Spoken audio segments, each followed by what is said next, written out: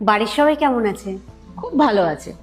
আর আমার বর তো জানো ভালো চাকরি করে, আর ওর একটু দান ধ্যান করার খুব স্বভাব। তো আমরা প্রায়ই দান ধ্যান করি। এরপরে যখন দান ধ্যান করব তোমাকে বলবো, তুমি চলে আসবে। হ্যাঁ দিদি, দান করা তো খুব পুণ্যের কাজ। আমি যাব। না না বৌদি, তোমার কথা মনে হয় বুঝতে ভুল হচ্ছে। আমি দান করার কথা বলিনি। আমরা যেদিন দান করব সেদিন তুমি লাইনে দাঁড়িয়ে যাও। দেখলে তো বৌদি, আমি তোমাদের পরিবারের কথাও কত চিন্তা করি, আমার পরিবারের চিন্তা করি, তোমাদের পরিবারের কথাও চিন্তা করি।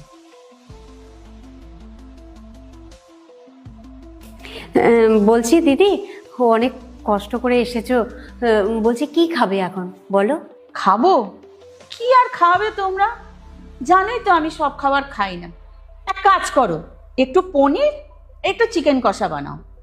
আশা করি এটা তোমাদের বানাতে অসুবিধা হবে না। আর হ্যাঁ, একটু বেশি করে বানিও, বিকেলে আবার আমার মেয়ে আসবে।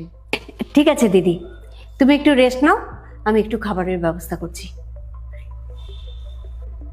আরে বৌদি, কি ঝোল দিয়ে যাচ্ছ? পনির দাও, একটু চিকেন দাও, শুধু ঝোল দিচ্ছ, চিকেনের গ্রেভি দিচ্ছ। আমাদের এরকম খাওয়ার অভ্যাস নেই। দাও, আগে শ্রুতিকে দাও। পিসি তুমি আর একটু নাও না। না না, আর নেবো না। তুমি বরং